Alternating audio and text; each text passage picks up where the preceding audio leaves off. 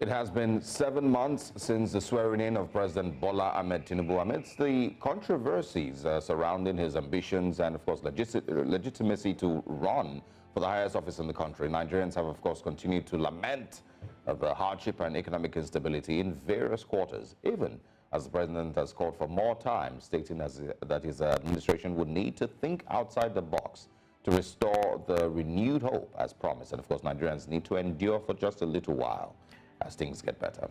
Nigeria has witnessed what can be called made for the movies in the political space in Ondo State, Edo State, and recently in River State. Insecurity is also a cause for concern with a high number of kidnappings and killings going on in different parts of the country.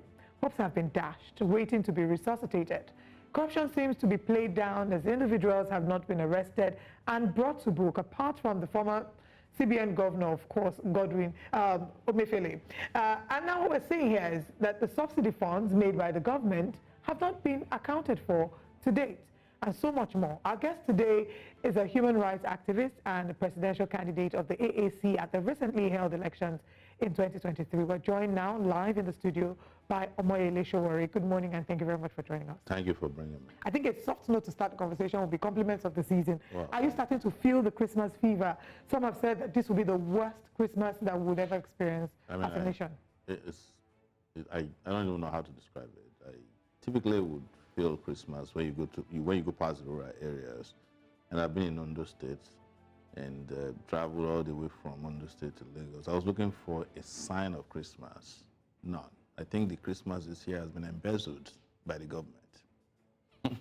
Well, I don't know about that, but let's probably just kick off with Ondo State. You know, you had something on Saturday. Yes. We did have an interview with one of the spokespersons for the AAC, I believe, on a couple of days before that.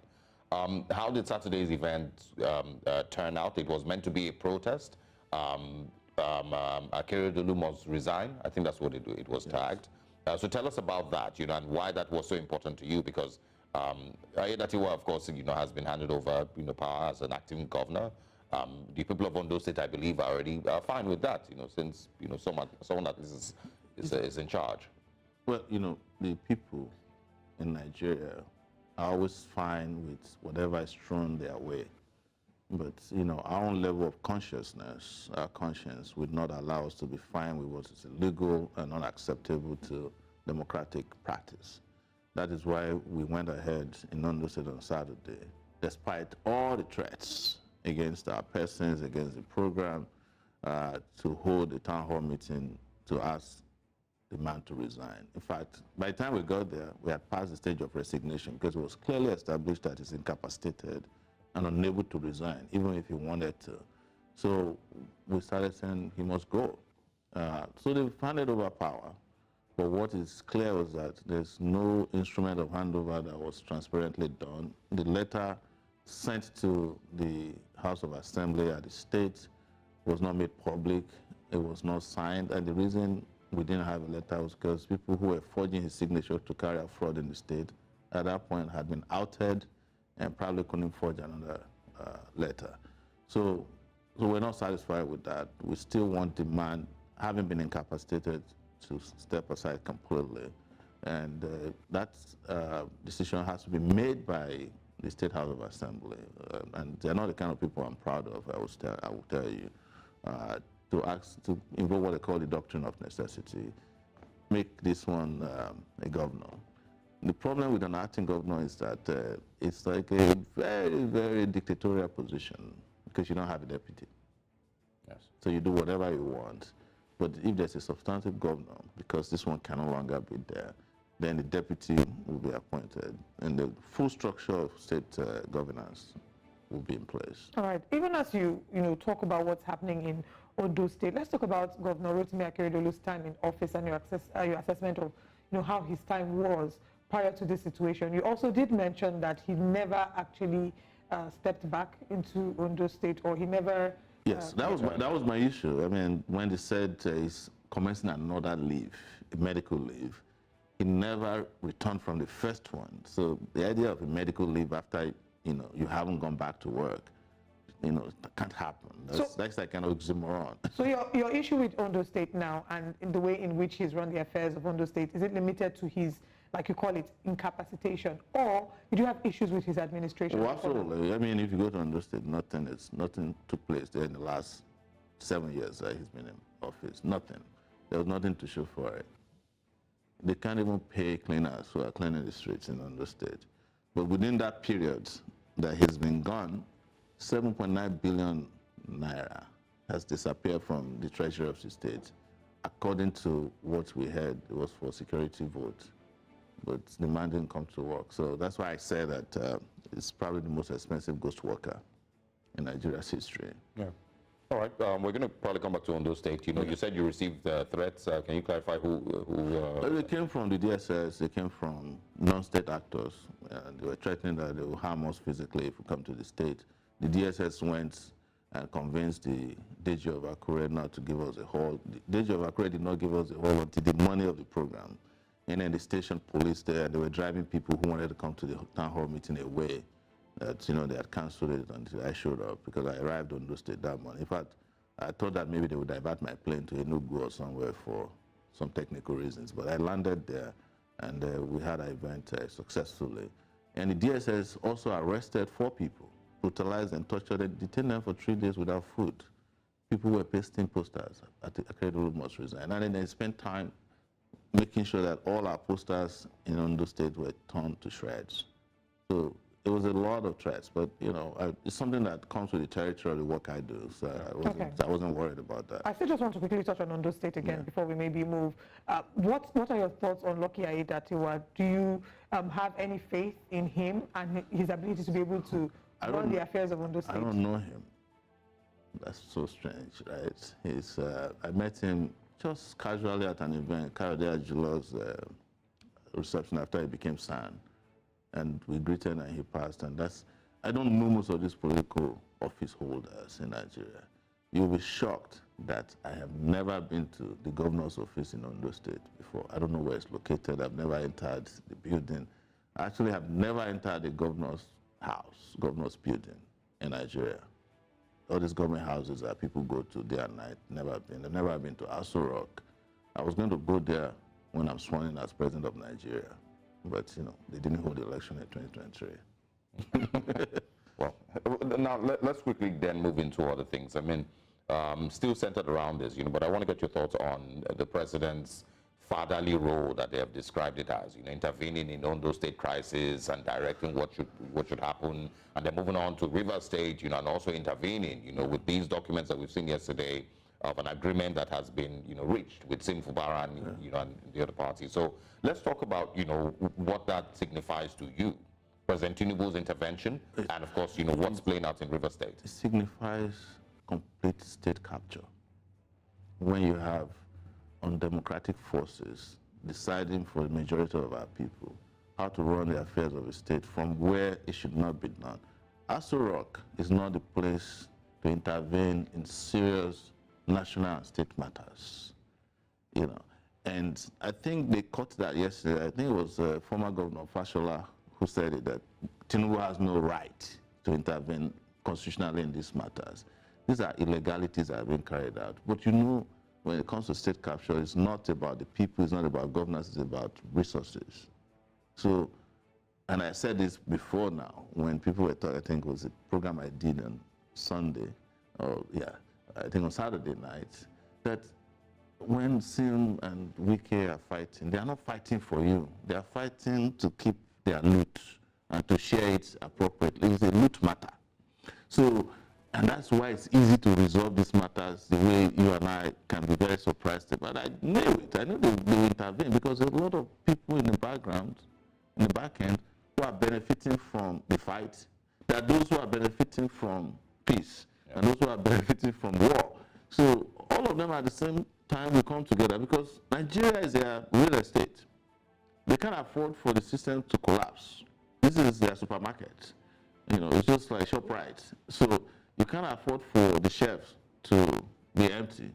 But they might be empty, but you don't want to burn down the supermarket. So that's why you see all these interventions happening, these illegal interventions, because I said it, you cannot have 4 people in the State House of Assembly passing a budget. The state capture, you know, aside on those states, are you also seeing it, you know, nationwide? It's happening everywhere. PDP and the Labour Party and There's everything. no PDP. People should stop talking. The PDP died a long time ago. There's no PDP. They're just the same people with different departments. You know. So that's the point, and that's why Nigerians must understand. You know, you see, there is nothing left in the PDP. There is not also nothing right in the APC. And who are the PDP people? Who are the APC people? Former PDP people who defected. That's why it's so easy to defect. You know, you can go to bed in Nigeria as an APC member and wake up as PDP member the next morning. It doesn't take anything. This is not principled politics. It's about stomach infrastructure. All right. Let's talk about the person of Nyesom Wike, especially with regards to what's happening in Rivers State. But before then, we saw the role that he played with the G7 governors in during the 2023 elections, which you, of course, have referred to as non-elections. Yes. But we saw that over the months, his popularity kept increasing and his influence, it would seem. And now we've seen that play out in Rivers State as well. Talk to us about what you think about the man, his methods, and why it seems like he's not, because we can't really say, some people are asking that, is he an APC member, is he a PDP member, where does he stand, why are there no sanctions, anti-party sanctions that have been maybe meted out against him? What I said before now is that There is no PDP. There's no PDP. They're the same thing. But talk about his methods and his for the influence. first time, you see a person in Nyesom Wike who is a member of two political parties. He's probably also a member of the Labour Party, a silent member, because I remember during the election, Peter Obi and his delegation were always visiting Nyesom Wike, because there's something in Rivers State that everybody goes to look at: money. So you go and collect your own. So when you have that kind of war chest amassed over time, stolen, that is where sin emerged from. Sin was made governor not because he's capable. He was handpicked by Wike to cover up Wike's atrocities in the state. Are you getting my point? And now that he's in possession of the sword, he's swinging it in a different direction. And the notion that Wike is powerful is an over-exaggerated notion. Look at the way he was dismantled by Sim. You know, now they have to run to Tinubu, who supposedly is not a member of their party, to help them resolve their issue. If it's powerful, why do you need an extra constitutional method to resolve the issue?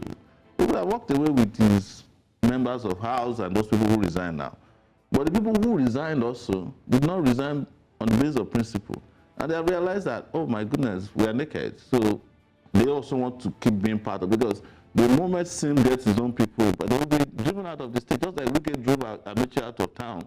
Amechi drove, what was the former governor's name? All the way into Abuja. That's the nature of what they're doing there. Of course, what I feel bad for is how Rivers State could have been turned into one of the best states in Nigeria because of the resources there, the climates, the weather, and the people. You know, it's a very, very vibrant and dynamic state. So you know that Rivers State was created before Nigeria? Okay. Yes, that's how important that state is. Let's talk about now what this has reminded or re-revealed to us, which is the fact that we're not quite against the struggle or the fight against Godfatherism. We're not quite over it. We've seen this play out in different parts. We've seen it in Rivers State. The conversations have come up about it in Edo State, and even, you know, on the national level. So talk to us about what needs to be done for Nigeria to get to the point where we can play politics beyond Godfatherism. You know, the most stupid political people in the world emerged in France. They call them Bourbons. They were the ones that led to the revolution in France, the way they were behaving. And the interesting thing about it, that the night before the revolution, the Bourbons did not know. They couldn't smell that people were aggrieved. And that was how they were swept away from France. And 100 years later, they tried to come back. It reminds me of what somebody had to say, and I think a diplomat from France. He said, the Bourbons learn nothing, but they forget nothing. The new Bourbons in Nigeria are the Godfathers. They learn nothing, but they forget nothing, because all the Godfathers almost have been sacrificed after they finished with installing their godsons. Probably the only place where a Godfather succeeded for long is Lagos, and he's now in Abuja. But even that, he was bruised. a lot in the process. But my interest is not trying to calibrate who is good and bad amongst the Godfathers. All of them are the same. They are not interested in governance. They are not interested in making this country a great country. And their back and forth, for me, is a distraction. So we come on TV and start analyzing which of the Godfathers succeeded. But we are not analyzing how many schools the Godsons built, how many kilometers of road. Imagine the distractions happening in River State. Nothing has been achieved in the state since it started. And we are all drawn into it. They figured out how to distract us from place to place. Maybe when they are done, they came to Ondo State, they resolved the war there, in their own way.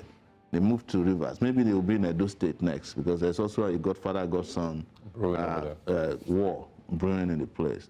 So they'll just be distracting you until, in the unusual ways, they resolve the issues, they move on to another place. But you get nothing. This is Christmas period. People can't even afford to eat, breathe. They can't afford anything. Students are paying school fees that, they can't afford to pay. There are no hospitals, right? And then we're here just debating what Wike ate last night. And how he and Sinful Bara, the same thieves, are duking it out in River State. It's sad. Well, we're going to go on a break in a bit, but I think just to preempt you, we would like that you also share your thoughts on the actual state of the nation. The government has been in office for a couple of months now.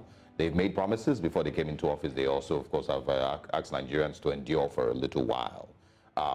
Do you have any faith in what the current Nigerian state is like? Do you have any faith in the current persons that have been placed in positions, as ministers of the Federal Republic and the likes? And, in the ideas that President Tinubu has, because they said he's a man with ideas. He may not, have the fiscal strength, but he has a lot of ideas. So do you have any of that? Or are you still pushing for revolution now, as you always, have spoken about? So I think you can kick off with that one, then we're going to break in just about a minute. Oh, yes, I do not have faith in any one of them. This country doesn't look like any place where there is governance. And I'm not exaggerating. It used to be that we would say this and people would say, let's wait for them, maybe more, they need more time. And time again, it has been proven that successive Nigerian leaders in the last 23 years have gotten worse progressively. So very soon, and this is heartbreaking, people will be saying that Buhari was a better president. Very soon. Because they will say, he did some things now. Because it's been 6 months now, and it's May 29. What is it you have out there to show that anybody here is governing this, other than the buying of the SUVs in the legislative and buying cars for the wives, renovating houses for the VP for billions and billions of naira, and then allocating 35,000 naira to workers, and then removing the money back? I mean, who is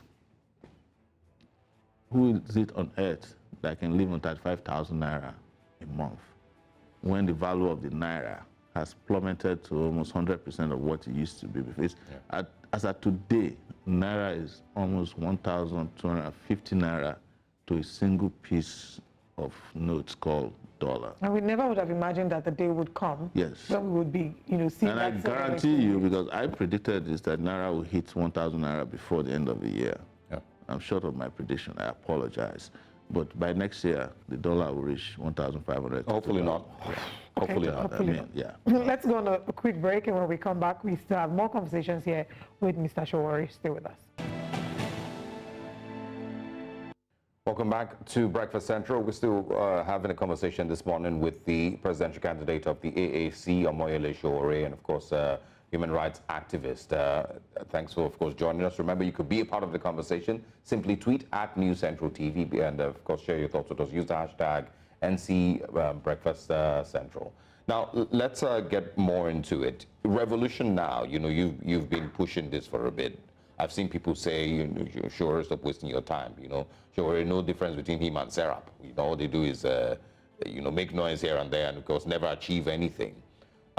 Will Nigeria work if we seemingly had better people in government? If we had, hypothetically, who do I use now? Akinwumi, what's his name? The African Development Bank. Akinwumi Additional, yes. If we had those type of people in government, do you think that maybe we would see Nigeria work better? Or, it has to be a revolution, and that's the only thing that you must work? When this started in 2019, we actually started revolution in 2018 as our campaign slogan. Most people didn't pay attention at that time, to it at that time.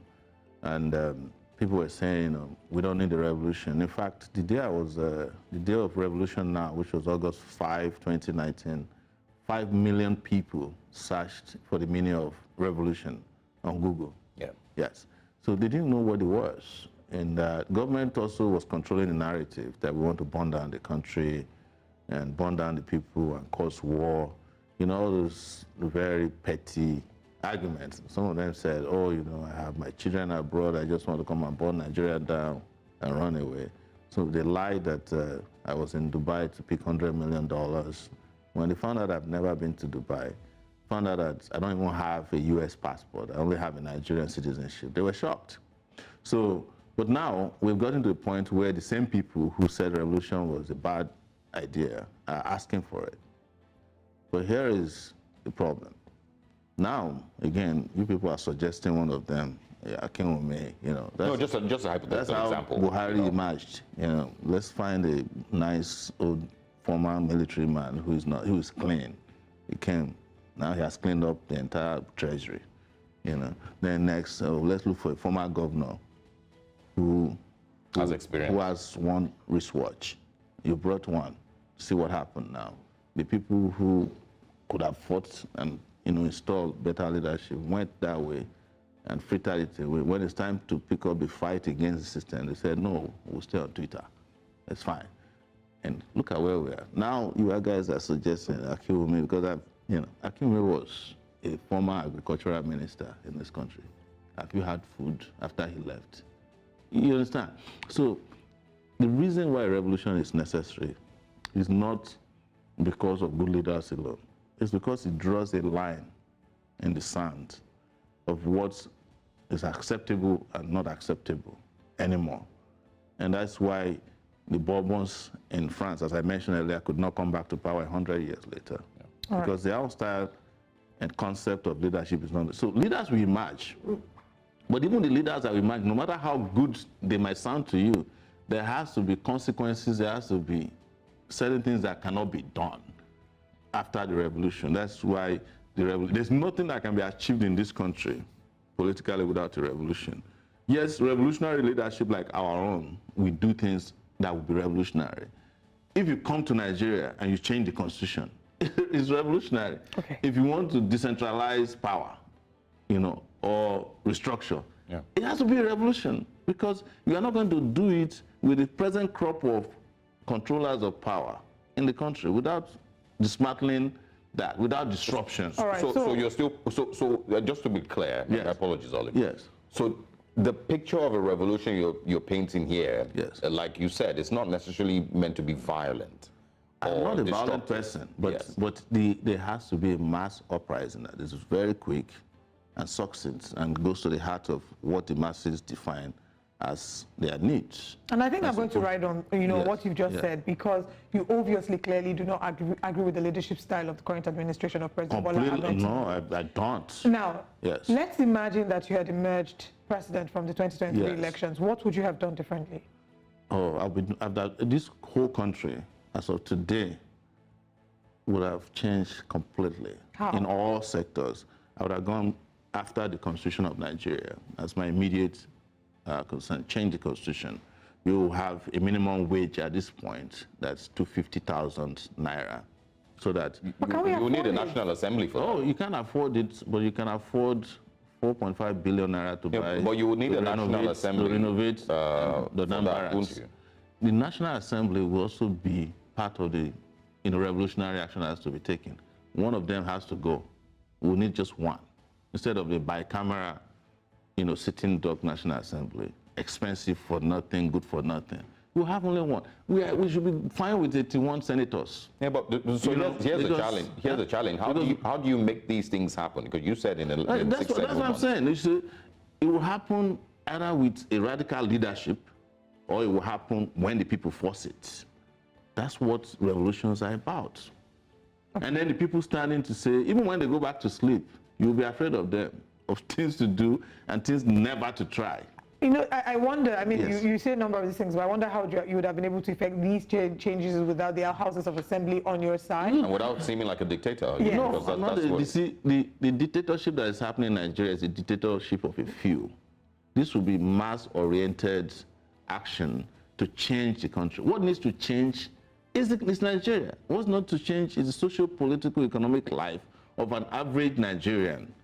You know, you are defending this current structure that is oppressing you. What is sad about it is that it's the people that are suffering the most that keep saying, oh, where are they going to get money to pay 250,000? Won't it cause inflation? If somebody can steal, like the central bank governor they locked up now, if the guy can steal what they claim is steal, which is trillions of naira, yeah, one person, and that one did not cause inflation. If you buy 160 million naira bulletproof car for 497 people who don't go to work in the National Assembly, there are more than 400, it didn't cause inflation, all right? If you can, you know, all the billions that these people are stealing, it didn't cause inflation. How would a minimum wage that benefits everybody cause inflation? Do you know when you pay average workers, the money doesn't leave the country. Okay. It stays in your country. Because if my brother is working at the federal, you know, secretariat or state secretariat is earning 200,000, I won't be responsible for all my family problem alone. He will take care of his children. He will take care of but the thieves, when they steal billions of dollars, they take it out of the country that same day. In fact, their first, you know, instinct is to buy a jet, buy a car that is not produced in Nigeria. But when you pay minimum wage, the first instinct of the person who is receiving it is to send money to the village, build a small house somewhere. And those things create, you know, a local economy. Yes. Yeah. And Okay. growth. That's why you see South Africa has strong labor laws. You can't just fire somebody in South Africa. You have to ensure that for the next 6 months, there's enough in his account to find another job.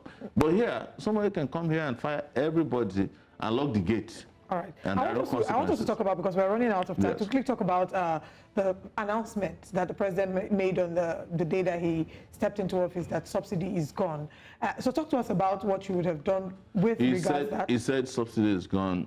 Their principal, the IMF, International Monetary Fraud, said subsidy is not gone. Sorry, International Monetary? Fraud, IMF. Oh, I thought I misheard. No, you are hearing it from me. They said subsidy is not gone. Subsidy is still around because subsidy is not money that subsidizes petroleum product. It's money shared by people who know how to steal and steal very well. That's what subsidy is. It's a cash transaction, you know. It's the pocket money. It's not pocket money, but it's a huge amount of money shared by people. In fact, this subsidy crime was so well defined by, I think it was a governor of Bauchi who went to meet. He said he went to meet Tinubu, that the people who are stealing subsidy said they are tired. Mr. President, take the subsidy away. You have given us enough. He said it publicly. So that's what subsidy is about. I would not have taken subsidy out because that's the only thing left for an average Nigerian. I would have made sure that the thieves who share it, though, are not able to touch that money. It will go to the people. Well, the president says the country has saved more than $1 trillion. Where is it? Which road has been constructed with this more than $1 trillion that they saved? Show me. Show me what has been done with what has been saved. Since they said they stopped subsidy and they are accruing money, where is the account? Where is the money based? Yeah. And what has it been used for 6 months later? It's a lie. Nothing has accrued. Why are they looking for new taxes, new sources of revenue? If subsidy, they told you that this subsidy removal will be a magic wand. That when we remove subsidy, there will no longer be sorrow, pain, and suffering in your country. But since they removed it, how has your life been, Nigerians? Worse than before now. Yeah. And that's the question people should be asking. And I want to urge Nigerians, stop defending your oppressors. Yeah. Stop asking that if you pay minimum wage, that will cost inflation. Right. There's enough money. They themselves say it.